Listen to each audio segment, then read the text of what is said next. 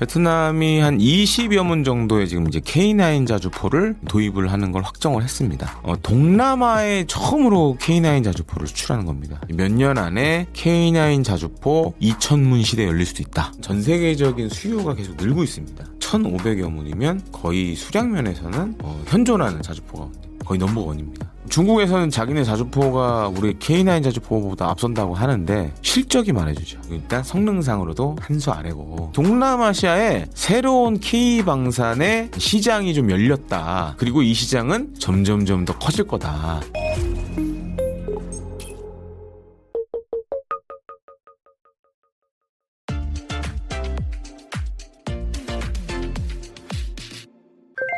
얼마 전에 이제 베트남 국가주석이 우리나라를 방문했죠. 그래서 우리 대통령하고도 회담도 하고 만찬도 하고 했는데, 계약은 사실 그 이전에 이제 어느 정도 다 된 상황이었고, 요번에 이제 와서 좀 공식화가 됐어요. 체결이 되고 이런 과정들이 있었는데, 베트남이 한 20여 문 정도의 지금 이제 K9 자주포를 도입을 하는 걸 확정을 했습니다. 그래서 그 전에 앞서서 이제 베트남 육군 관계자들이 와서 교육도 받고 이런 과정들도 있었고요. 피디님이 이제 질문해 주셨듯이 이게 어떻게 보면 공산권이라는 표현을 쓰기 좀 애매한데, 사회주의 국가에 처음으로 이제 수출을 하는 거예요. 그래서 이제 사실 국내에서도 이게 말이 많았어요. 왜냐하면 베트남이 북한하고도 이제 수교를 맺고 있고, 그다음에 이제 북한산 무기들을 지금도 쓰고 있어요. 그래서 이제 전에 이제 좀 연세가 많으신 분들, 저같이 이제 70년대생들은 아마 기억을 하실 것 같은데, 강릉에 왜 북한 잠수정이 한번 이렇게 어망에 걸려서 뜬 적이 있습니다. 그게 바로 이제 6호급 잠수함인데, 베트남 해군이 6호급 잠수함을 지금 쓰고 있어요. 그리고 이제 상어급 잠수함도 일부 쓰고 있다라고 이렇게 확인이 되고 있고, 그래서 이제 그런 논란이 있었죠. 북한하고 친한 나라인데 과연 우리 국산 무기를 팔아도 되는 거냐, 이게 잘못되면 이제 기술 유출 가능성이 있잖아요. 그리고 지금 우리 군에 쓰고 있으니까 북한이 만약에 K9 자주포에 대해서 알게 되면, 성능이나 이런 것들 알게 되면 이것도 혹시 이게 문제가 되는 거 아니냐, 그런 논란들이 좀 있었습니다. 근데 양국 간에 그것과 관련된, 예를 들어서 이제 보안 관련된 협정이라든가 이런 걸 다 체결을 한 것 같아요. 그래서 이제 우리도 수출을 이제 하게 됐고, 근데 더 중요한 거는 동남아에 처음으로 K9 자주포를 수출하는 겁니다. 지금 잘 보시면 이제 K9 이제 유럽에 노르웨이, 폴란드, 그다음에 나토 형국들 이제 몇 군데 이제 팔았고, 호주도 우리 이제 K9을 선택을 했죠. 그리고 이제 우리 군에서도 지금 많이 쓰고 있고, 그래서 지금 이제 K9 자주포가 제가 맞을지 틀릴지 모르겠지만 1,500여 문 돼요. 우리 군에서 쓰는 게 한 1,000여 문 되고, 수출된 거 다 하면 한 500여 문 되는데, 요즘 이제 그런 얘기 나오고 있어요. 이제 몇 년 안에 K9 자주포 2,000문 시대 열릴 수도 있다. 그러니까 지금 이제 자주포에 대한 전 세계적인 수요가 계속 늘고 있습니다. 이제 이 우크라이나전 영향이기도 한데, 그동안 자주포는 이제 냉전 이후에 벌어진 전쟁에서 중요한 역할은 하지 못했어요. 대신에 이제 전투기가 많이 주목을 받았죠. 미국이 한 전쟁들이 많았다 보니까. 근데 이제 이번에 우크라이나 전쟁에서 특히 이제 155mm 자주포들이 드론과 연계돼서 굉장히 정확한 타격 성능을 보여줬어요. 어떻게 보면 이제 드론이 활개는 치고 있지만, 이제 전통적인 재래식 무기들이 다시 각광을 받고 있는 상황입니다. 그러다 보니까 이제 자주포도 굉장히 중요한 무기 체계가 됐고, 그런 측면에서 이제 제가 앞서 말씀드렸지만 동남아 시장을 이제 뚫었다, 개시를 했다. 특히 자주포 관련돼서. 그렇기 때문에 이제 굉장히 중요한 수출 사례라고 좀 말씀을 드리고 싶습니다. 일단 K9 자주포 같은 경우에는 155mm 현재 자주포 가운데서는 베스트셀러예요. 가장 러시아도 물론 자주포를 만들고 하지만 전 세계적으로 봤을 때 1,500여 문이면 거의 수량면에서는 현존하는 자주포 가운데 거의 넘버원입니다. 물론 이제 미국이 과거에 이제 M109 계열 자주포를 많이 만들어 놔서 그걸 이제 뜯어가지고 새로 업그레이드 해가지고 이제 자국에 쓰긴 하지만, 그 생산량은 못 따라가지만 현존하는, 지금 상황에서 봤을 때는 25년 기준으로 보면 가장 베스트셀러 자주포라고 할 수 있죠. 그리고 이제 베트남 같은 경우에는 과거 소련의 무기들을 많이 썼고, 베트남군 병력이 한 46만 7만 정도 돼요. 그 중에 이제 대부분을 차지하는 건 육군이고, 많은 분들 아실 겁니다. 이제 과거 이제 미국이 베트남 전쟁 일으켰었고, 그래서 이제 베트남 육군 같은 경우에는 특히 이제 포들이 옛날에 미국이 놓고 간 미국제 105mm 견인포도 있고 155mm 견인포도 있고, 그다음에 이제 소련에서 들여온 122mm 자주포도 있고 152mm 자주포도 있고 막 여러 가지예요. 미국과 소련 무기들이 다 섞여 있어요. 근데 이러다 보니까 어떤 문제가 생기냐? 일단은 지금 다 이제 노후화됐고, 물론 이제 베트남군이 닦고 조이고 뭐 이런 걸 열심히 하고 있지만, 일단 이제 무기 체계 수명들이 다 해가고 있어요. 그리고 이제 견인포들, 이제 트럭에 끌려서 다니는 이제 이런 포들은 이번 우크라이나 전쟁에서도 결과가 나왔지만 생존성에 취약하다. 특히 이제 드론 공격이나 이런 거에 굉장히 취약하다. 그리고 적 포탄 공격에도 포를 운용하는 사람들이 죽거나 다칠 수 있다. 그래서 지금 자주포가 그렇게 해서 대세가 됐어요. 그러다 보니까 베트남이 이제 우리나라가 만든 K9 자주포에 관심을 가졌고, 또 한 가지는 현존하는 자주포 가운데 제가 양이 많다고 그랬잖아요. 그럼 물론 이제 가격도 조금 싸겠죠. 그러니까 가성비가 제일 좋은 자주포고, 지금 이제 또 한 가지 문제가 있어요. 이제 과거에는 아마 베트남이 이제 러시아에서 이런 뭐 자주포나 이런 거 수입하면 되는데, 지금은 이제 우크라이나 전쟁 발발하면서 미국이나 유럽이 각종 지금 제재를 걸어놓은 게 많습니다. 그래서 만약에 러시아제 무기를 사게 되면 베트남이 제재를 당할 수 있어요. 그럼 제재를 당하면 어떤 문제가 생기냐? 지금 베트남이 대미 수출을 많이 하잖아요. 그리고 우리나라 회사들도 베트남에 공장이 많고, 그러면 이제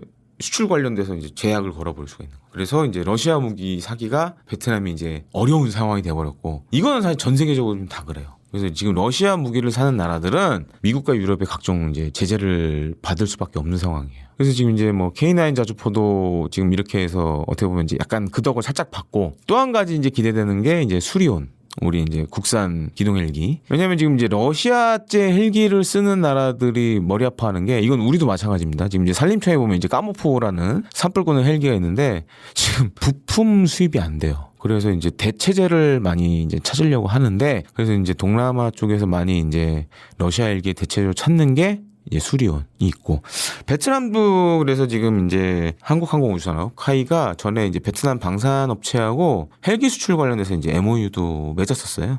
그런 것들이 지금 이제 베트남이 우리 K방산을 선택하게 된 그런 좀 배경이라고 좀 말씀을 드리고 싶습니다. 근데 뭐 중국에서는 자기네 자주포가 우리 K9 자주포보다 앞선다고 하는데 실적이 말해주죠. 우리가 이제 지금 1,500여 문, 그리고 해외 수출 많이 하고 있고, 그리고 이제 중국은 좀 애매해요. 같은 155mm 자주포를 만들어도 미국이 동맹국들이 쉽게 선택할 수가 없어요. 근데 이제 뭐 중동 몇몇 나라들은 사실 이제 중국이 만든 155mm 자주포를 사기도 했는데, 유럽의 미 동맹국이나 이 태평양 지역에 있는 미국 동맹국들은 안 사겠죠. 성능상으로도 한 수 아래고, 그리고 우리 K9 자주포는 연평도 포격 사건 때 실전을 실제로 겪어봤죠. 그래서 적 포탄이 떨어진 상황에서도 안에 타고 있는 승무원들이 안전하게 보호된 상황에서 대응 사격을 할 수 있었고, 이런 것들이 지금 어떻게 보면 해외 시장에서 높은 평가를 받고 있고, 베트남하고 중국은 사실 이게 영토 분쟁이 일단 70년대 말에 한 번 있었고, 근데 이제 많은 분들이 모르시는데, 최근에 이제 중국 시진핑 국가주석 관련돼서 이제 장유샤라는 장군 얘기 많이 나오잖아요. 70년대 말에 이제 중국과 베트남이 크게 한번 붙었었고, 80년대에도 아주 크고 작은 교전들이 있었어요.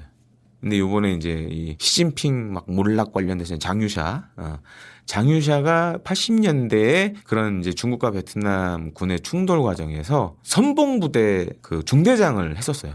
지금 이제 중국 인민해방 가운데 고위급 장성 가운데 실전 경험을 가진 몇 안 되는 그런 장군이라고 보시면 되겠습니다. 그런 약간 역사도 있고.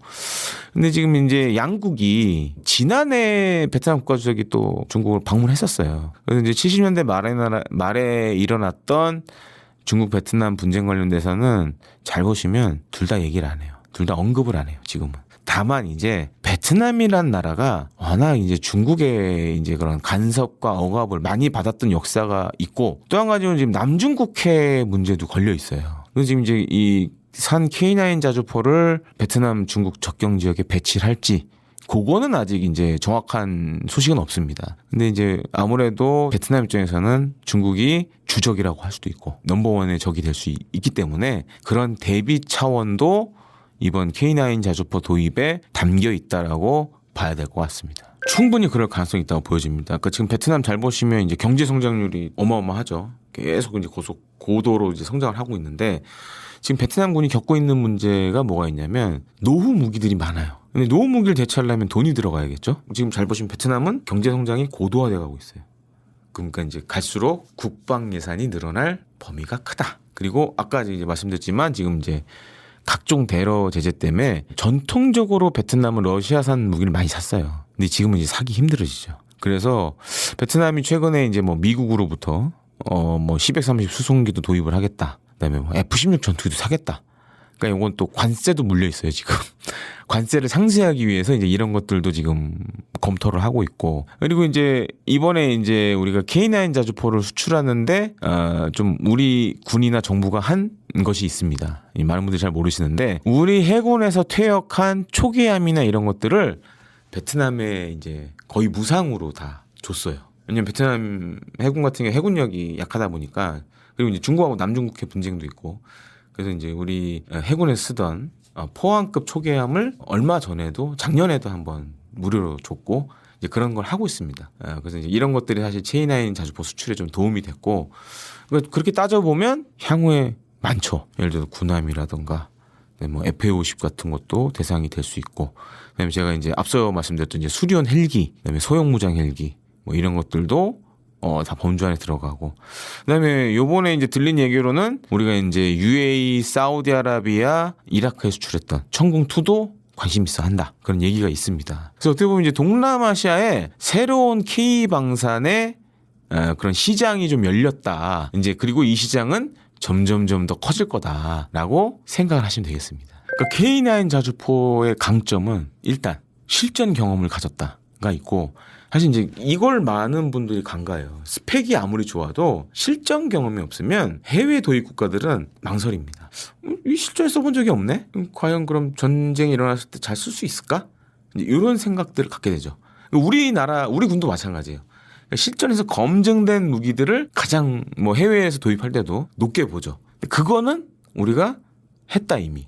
그리고 또 한 가지로는 지금 이제 K9 자주포 같은 경우에는 K9이 있고 K9A1, A2, A3 이렇게 이제 단계별로 성능 개량 모델들이 계속 나오고 있어요. 그래서 지금 K9A1이 수출이 많이 되고 있는데 K9A2로 가게 되면 독일이 만든 PGH-2000 판저 하우비츠를 줄여서 이제 PGH라고 그러는데 자주포란 뜻이에요.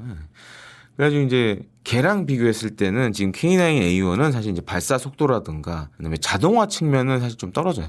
근데 우리는 일단 가격이라는 면, 수량이라는 면에서 앞서 있고. 근데 이제 K9A2로 가면 PGH-2000과 대등하거나 혹은 그 이상으로 이제 성능이 향상되고 K9A3로 가면 포탑이 아예 무인화가 돼버립니다. 지금은 이제 포탑에 사람이 들어가서 뭐 조준도 하고 막 이런 장전도 하고 해야 되는데 K9A2로 가면 이제 자동 장전으로 이제 많이 갈 거고 K9A3는 아예 이제 포탑에 사람이 전혀 안 타는 방식으로 갈 거로 생각이 되는데 그렇게 되면 지금보다도 오히려 해외 시장에서 경쟁력을 가져갈 수 있다라고 좀 말씀을 드리고 싶습니다. 그러니까 지금은 한 20여 문 샀는데 향후에 아마 많이 늘어날 수도 있어요. 저는 이제 봤을 때 100여 문까지도 갈 수 있다. 한 5배 정도 커질 수도 있고 그 이상도 될 수 있고 왜냐면 지금 베트남 육군이 자주포들이 다 옛날 소련제밖에 없어요. 근데 이제 베트남도 경제가 부과하는 만큼 본인들이 이제 국방력도 늘려야 되기 때문에 그런 측면에서 봤을 때는 K9 자주포 향후 추가 수출 가능성이 굉장히 높다라고 좀 평가를 하고 싶습니다.